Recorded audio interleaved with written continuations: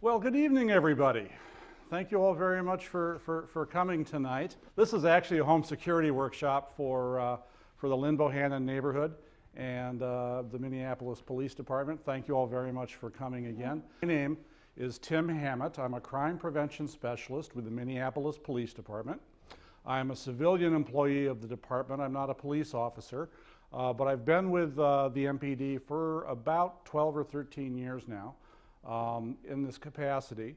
A big part of what I do is speak to groups of people about various crime prevention issues. Home security, personal safety, identity theft, a variety of different subjects that come up. In the police department, we really strongly feel that one of the best ways to prevent crime is to have a well-informed citizenry that knows how to do some basic common sense things to reduce their vulnerability. And that's really what we're going to talk about tonight, is some really basic stuff that's really going to go a long way towards reducing your vulnerability to burglary.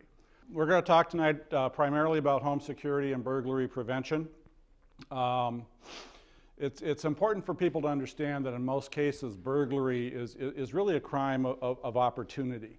That's really going to be key to understanding how we can reduce our risks of becoming burglarized by looking at those opportunities that we provide burglars and understanding them and then taking them away. In order for any crime to take place, whether it's burglary or anything else, three different elements have to come together. The burglar has to have three different things in order to commit a crime. The first one is he has to have the desire. Burglar has to want to break into your house before he's going to break into your house. He also has to have the ability, and that could mean the physical ability to do it, you know, the strength to kick open a door or the knowledge to pry open a lock or whatever. He has to have the physical ability and the knowledge to know how to do things. The third thing is the opportunity to do it. Now, there's not much that you can do as a homeowner about an individual's desire to commit a crime. There's not much that you can do about an individual's ability to commit a crime. But there is a great deal you can do to affect the opportunity for that person to commit a crime. And that's really what this is about, is recognizing where those opportunities are and removing them from that triangle. Without all three of those, again, a crime really cannot take place. So desire, not much you can do about that. Ability, not much you can do about that. Opportunity, you can do a lot about that. So what are the opportunities, the sources of opportunity that burglars look for when they're breaking into a house? They're really looking for three things. They want to be able to get inside quickly, they want to be able to get inside quietly, and most important, they don't want to be seen, all right? Obviously, if someone sees a person breaking into a house and they call the police, then that burglar's risk of going to jail goes way up. So they look for opportunities that allow them to get in quickly, to get in quietly, and without being seen. Now, opportunities can come from a lot of different places, okay? One of the most obvious ones, I think, is an open or unlocked garage or open or unlocked home. I think roughly half of the garage burglaries that take place in unlocked garages. Someone leaves their garage door open, they leave a service door unlocked, something like that. The burglar just walks in. Close to a third of residential burglaries, the burglaries of dwelling, of a person's home, are unforced burglaries. Again, something was left unlocked, something was left open, and a burglar just walked right in. Valuables placed near an open or unlocked window. Many burglaries take place when someone sees something by a window and they see they can get in quickly and they'll grab it and they'll go. Or the window will be left open and they'll see your purse on a side table by the window or something like that. And it's just that incentive to do it is there and the opportunity is, so they grab it and they go. Again, unlocked front or back doors, unsecured sliding glass doors, inadequate locks and hardware, and we're going to talk a lot about that later on here this evening. Also, opportunities exist in terms of concealment, overgrown shrubs and trees. Poorly designed landscaping can contribute greatly to a person's risk for having someone break into their home.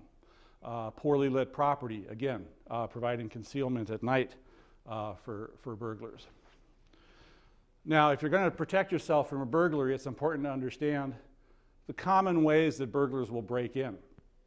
And I started out with this, kicking open a ground floor door, because that's really the most common form of entry that we see. Here you'll see an individual. This is what we're talking about. He's kicking open this door. You'll see that he's got his foot right next to the lock and the doorknob here, so he's applying a lot of force right in this area of the door. And typically what happens when a burglar breaks open a door is the door itself and the lock itself often survive without a great deal of damage. What fails and allows the burglar to get in is the door jamb. And you can see in this photo here that the door jamb has split away and the door has come open. Again, very common thing that we see in terms of forced entry. Probably the second most likely way that we see people break in is breaking the glass in a door or a window and then reaching in and unlocking the door.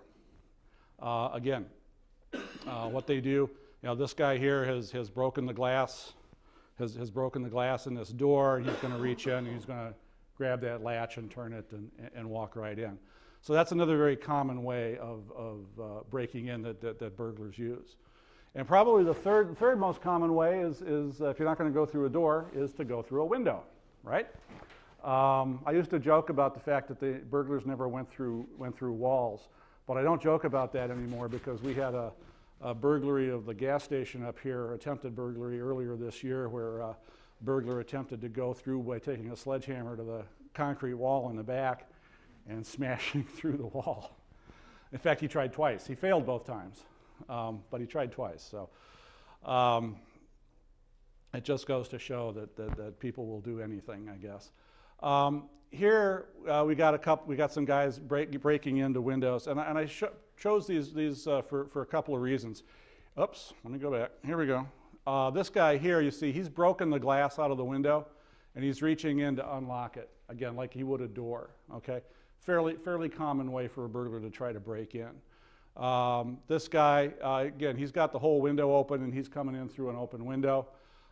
This guy's coming in through a double hung window. And I just included him because he's kind of got that deer in the headlights look.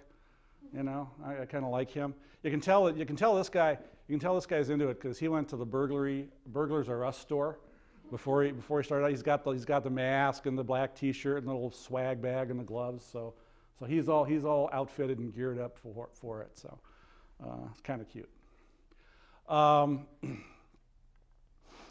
Some other things to think about in terms of MOs. Spring and summertime, again, open windows. People like to leave their windows open, right? Let the fresh air in the house. Burglars can take advantage of that, and they often do. They'll slit the screen. They'll take out a penknife or something and cut the screen and go in through an open window. Fairly common. Most residential burglaries occur during the day, okay? And if you think about it, it makes sense. We live in a society now where the two-person breadwinner, both the adults in the house work during the day. So in our residential neighborhoods, a lot of times those houses are empty during the day, and so that makes them fairly common targets during the day. On the other hand, garage burglaries tend to occur at night. Someone breaks into your garage, it's usually going to be because you're asleep in your house and they think they can break into your garage and be quiet about it and do that. So most residential burglaries occur during the day. Most garage burglaries occur during the nighttime hours. They're crimes of opportunity, as I talked about before. And what's really important to understand is that most burglars really don't want to have anything at all to do with you. They want your stuff. They don't want to mess with you. If a burglar does break into an occupied house, it's usually for one of a couple of different reasons. Either they were mistaken, they thought no one was home, and they broke in and were surprised to find the homeowner there, and they're often as scared as the homeowner when that happens. or they might be breaking in at night when they think they can sneak in while everybody's asleep. You know, you're all asleep upstairs and they think they can break in and, you know, take your TV from the downstairs, you know, and sneak out without waking you up. Again, 99.9% of burglars want to have absolutely nothing to do with you, and they will go to pretty extreme lengths to avoid running into homeowners. The home invasion types, where people, you know, intentionally break into a home that they know is occupied with the intention of confronting the homeowner or the resident, again, extremely rare. And there's often more to that story than just a random type of burglary too. We often, in home invasions, we often see that the burglar has reason to think that there may be